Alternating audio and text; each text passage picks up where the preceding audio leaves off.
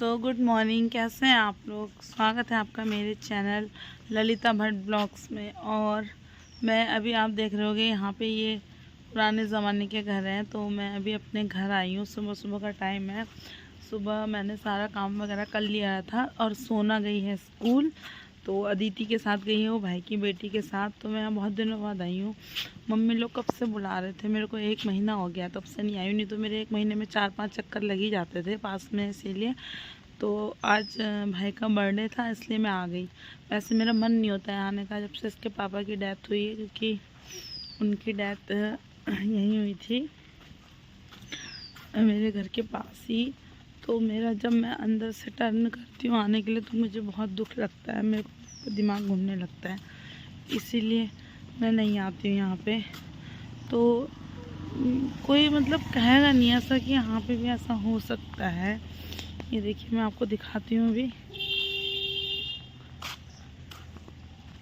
ये रास्ता जा रहा है ना, तो आपको वहाँ पे एक वाइट बोर्ड जैसा दिख रहा होगा, देखिए वो दूर पे। तो बस वहीं पे इसके पापा की बाइक फिसली थी और गिर के वहीं पे इनकी डेथ हो गई थी। जो वो वाइट बोर्ड दिख रहा होगा आपको, मैं जूम करती हूँ।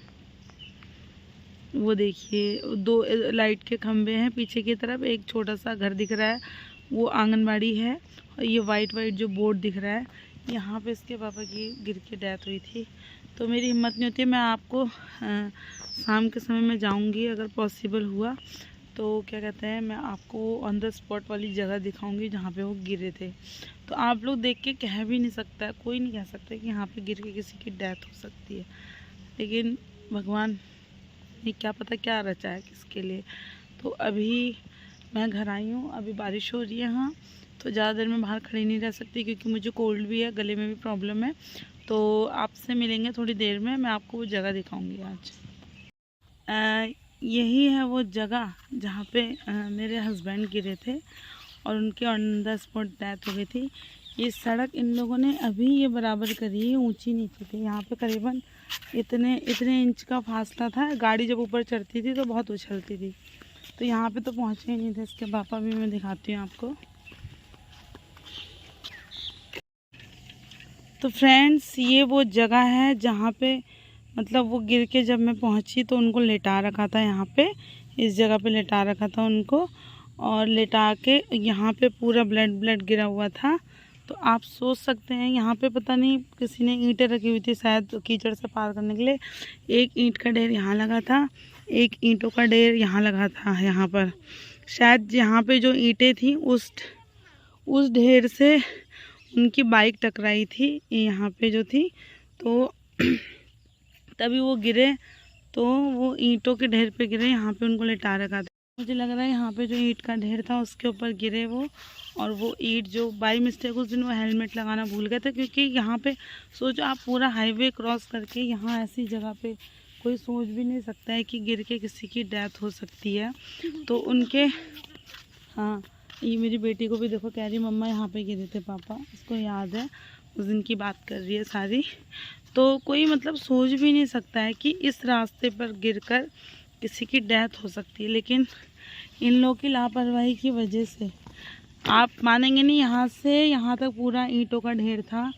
मतलब वो ईंटें किसी यूज़ की नहीं थी, किसी काम की नहीं थी, बस वो ऐसी रखी हुई थी। उनसे 6 महीने से कहा गया कि इन ईंटों को हटा दीजिए, पर उन लोगों ने नहीं हटाया, जिससे जान चली गई मेरे हस्बैंड की। ठीक है, एक लापरवाही है, चलिए हमारी भी गलती हो सकती है, लेकिन लापरवाही। और अभी 2 दिन बाद ही एक अंकल जी यहाँ पे स्लिप करके गिरे हैं, उनका पेट वूट में चोट लग गई, यहाँ पैर में उनके फ्रैक्चर हो गया। और मेरे हस्बैंड के गिरने से पहले भी कई लोग गिर चुके हैं, पर किसी ने आवाज़ नहीं उठाई, वो गिर गए। ठीक है, उनके लिए तो एक सड़क है, लेकिन उनको ये नहीं समझ सकते हैं बड़े लोग कि किसी का घर वीरान हो गया या उनकी बेटियों के ऊपर से पिता का साया उठ गया। ठीक है, मुझसे कहा गया कि आपकी बेटियों के लिए, जो भी यहाँ पे काम करा रहे थे, ये गवर्नमेंट की सिंचाई विभाग की कॉलोनी है, मुझसे ये कहा गया कि आपकी बेटियों के लिए जो भी संभव मदद होगी वो की जाएगी। पर अभी 3 महीने हो गए, मेरी बेटियों के लिए कोई भी मदद नहीं करी इन लोगों ने। ठीक है, नेक्स्ट वीडियो में जो लोग थे मैं विथ नेम उनको आपको उनके बारे में बताऊंगी।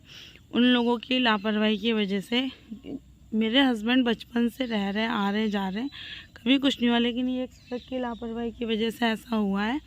और उन लोगों ने मेरी बेटियों के लिए कुछ भी मुआवजा नहीं दिया। सोच रहे हैं इसके आगे पीछे कोई बोलने वाला है नहीं। तो बस मैं आप लोगों से कहना चाहती हूँ कि इन लोगों को ऐसा करना चाहिए था, बताइए।